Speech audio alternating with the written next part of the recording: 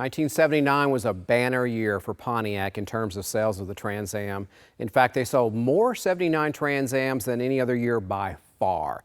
117,000 Trans Ams. Pretty impressive. People loved it then and they still love it.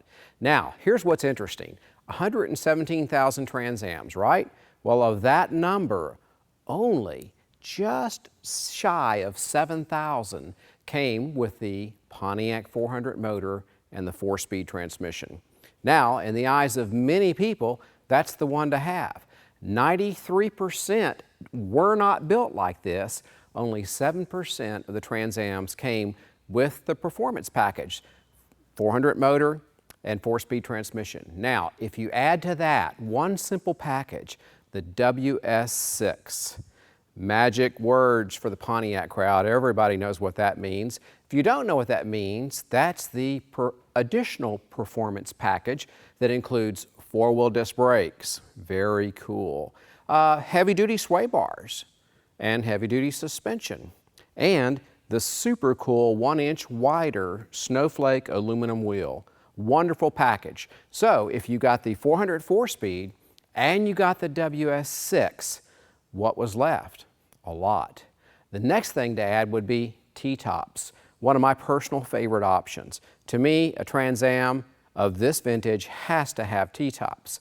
Take it beyond that.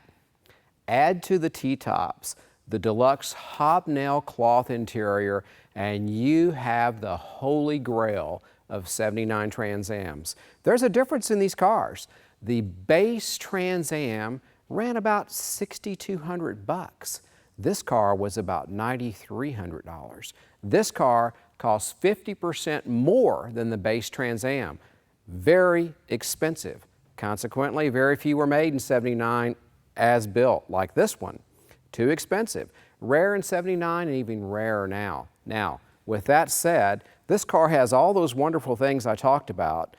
In addition to that, it has 26 options above and beyond the base Trans Am. This car is a freak, as they call it in the collector car industry.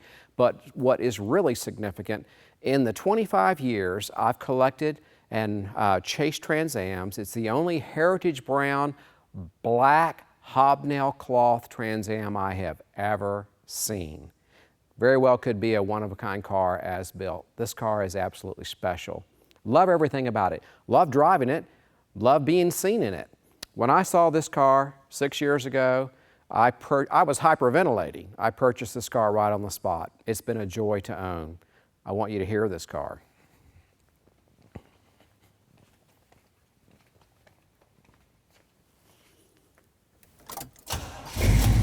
Oh, come listen to this sound.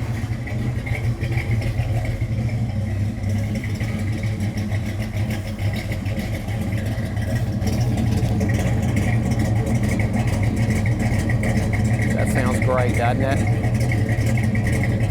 Come check out the motor and then we'll go for a test drive.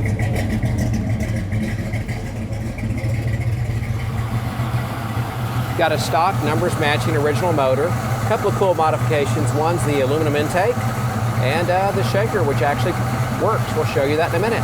Let's go for that test drive.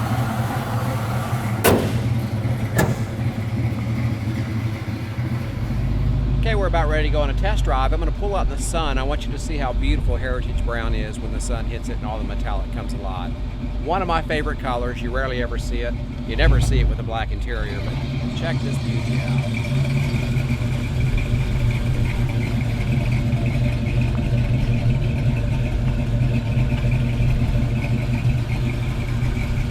Another thing, check out the shaker. It's been modified so it opens up like the original vintage Trans Ams.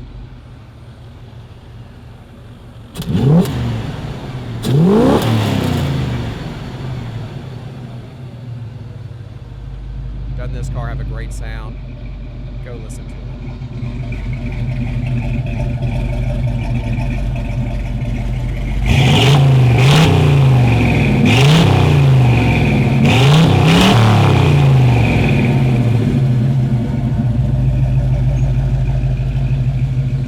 All right, hop in and let's go for that test drive.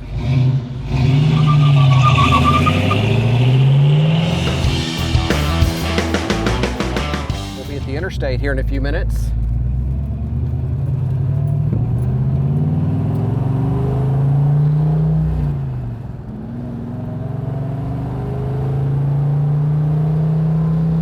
Car has the perfect gearing, also the perfect throw. I love the 4-speed in the 79 Trans Am, the original Hurst 4-speed. Just feels right. Love resting your hand there. Just a blast to drive. Of course, this is a tilt car, so I can adjust the wheel to whatever position makes me happy. T-top cruising has always been what I've enjoyed the most. I graduated from high school in '77, so obviously the Trans Ams were the dream cars at that time. In fact, there really wasn't much worth having back in the late '70s except for the Trans Am, and the '79 really being the last real super desirable Trans Am. Well, we're going 70 miles an hour, interstate speed, and it's going a little over 2,000 something RPM. So that highway gear, combination highway performance gear is perfect.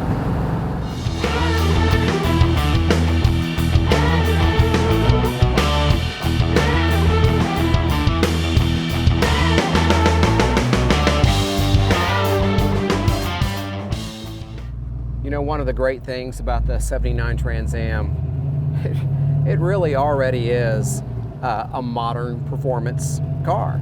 You know, anything more vintage than the 79 Trans Am, you typically have to update. Cars before this didn't come with 4-wheel disc brakes, and they certainly didn't have the handling characteristics that the radial tuned suspension, especially the WS6 package on this car. So this was really the first super modern muscle car.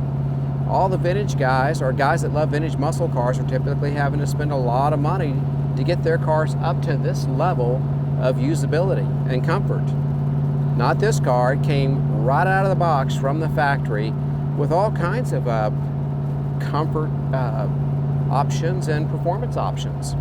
It's really like pushing the easy button. If you want a muscle car that you can actually get in and drive long distances with no pain, 79 Trans Am is it.